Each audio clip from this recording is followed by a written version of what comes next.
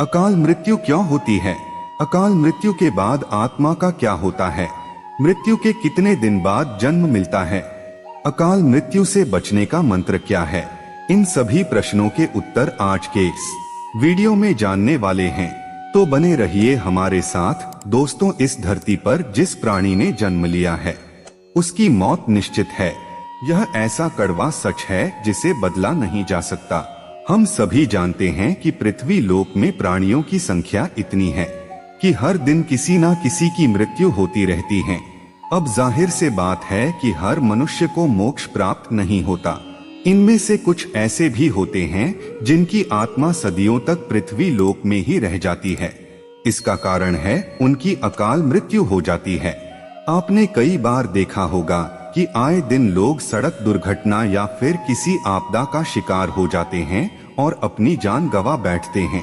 ऐसी मौतों को धर्म शास्त्रों में अकाल मृत्यु कहा गया है। अकाल मृत्यु वह स्थिति है जब शरीर तो नष्ट हो जाता है लेकिन आत्मा संसार में ही रह जाती है।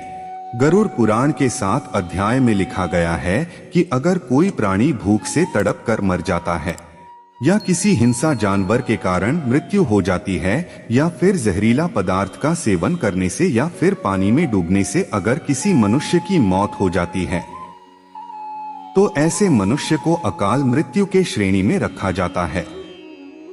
अकाल मृत्यु कैसे होती है? दोस्तों, अकाल मृत्यु किसी भी कारण से हो सकती है, फिर चाहे वह किसी रोग के कारण हो, यह दुर्घटना के कारण। ऐसे में मनुष्य अक्सर यही सोचता है को काश यह उनके साथ नहीं हुआ होता तो शायद इसकी मृत्यु नहीं होती।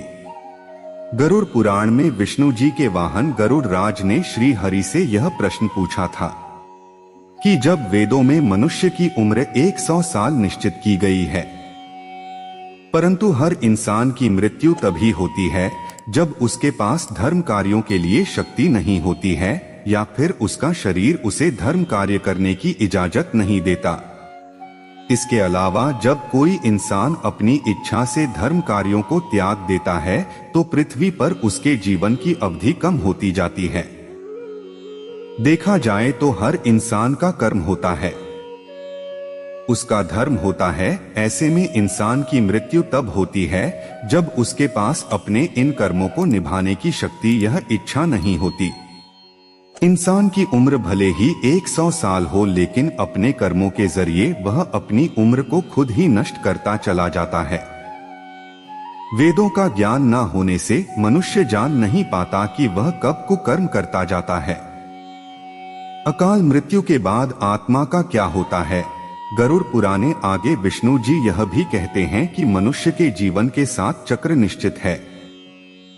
ऐसे में अकाल मृत्यु को प्राप्त होने वाले जो मनुष्य इस चक्र को पूरा नहीं कर पाते उसे मृत्यु के बाद भी कई प्रकार के कष्ट भोगने पड़ते हैं। दरअसल अचानक ही मृत्यु होने की वजह से मनुष्य की इच्छा, कामना और तृष्णा बनी रहती है जो कभी पूरी नहीं हो पाती। ऐसे में शरीर तो नष्ट हो जाता है लेकिन आत्मा का मोह नहीं छोड़ता। इस स्थिति में अकाल मृत्यु वाली आत्माएं अपने परिजनों, यह जीवित लोगों को भ्रष्ट पहुंचती है और अपनी मनोकामनाएं पूरी करने का भी प्रयास करती है। गरुड़ पुराण में बताया गया है कि प्राकृतिक मौत से मरने वाले मनुष्य को 3, 10, 13 या 40 दिन में दूसरा शरीर प्राप्त हो जाता है, जबकि अकाल मृत्यु व्यक्ति भूत, प्रेत, पिशाच, कुष्मांडा, ब्रह्म, राक्षस, बेताल और छत्रपाल योनि में भटकता रहता है। उनकी आत्मा को आसानी से शांति नहीं मिलती। आपको बता दें कि अकाल मृत्यु में आत्महत्या को सबसे निचले दर्जे पर रखा जाता है। मृत्यु के कितने दिन बाद जन्म मिलता है? ग्रंथों की दृष्टि से यह एक घिनौना कृत्य है।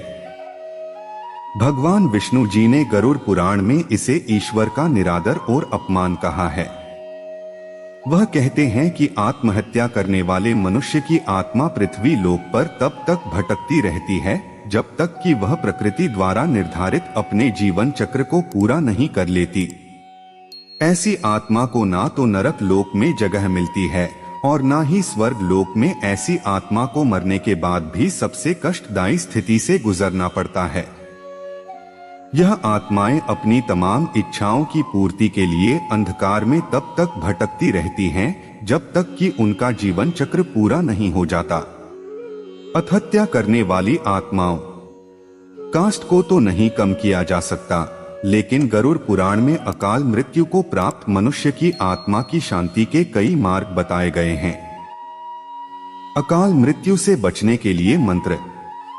भगवान विष्णु बताते हैं कि से मनुष्य परिजनों को नदी या तालाब में तर्पण करना चाहिए। साथ ही मृत आत्मा की इच्छा की पूर्ति के लिए पिंडदान और दान पुण्य जैसे सत्कर्म करने चाहिए ताकि उनकी आत्मा को जल्द ही मुक्ति मिल सके। यह सत्कर्म कम से कम 3 से 4 वर्षों तक करना चाहिए, तब जाकर कहीं अकाल मृत आत्मा को मुक्ति मिल पाती है और उनके नए जीवन की शुरुआत होती है। दूसरा उपाय, शिव जी की पूजा करने से अकाल मृत्यु योग से जातक को छुटकारा मिलता है। वहीं अकाल मृत्यु का भय हो तो जातक को जल में तिल और शहद मिलाकर भगवान शिव का अभिषेक करना चाहिए। इसी के साथ आपको महामृत्युंजय मंत्र और ओम नमः शिवाय मंत्र का जप करना चाहिए। सो दोस्तों, आज के लिए बस इतना ही। ऐसे ही ज्ञानवर्धक वीडियो पाने के लिए लाइक और फॉलो जरूर करें। जय श्री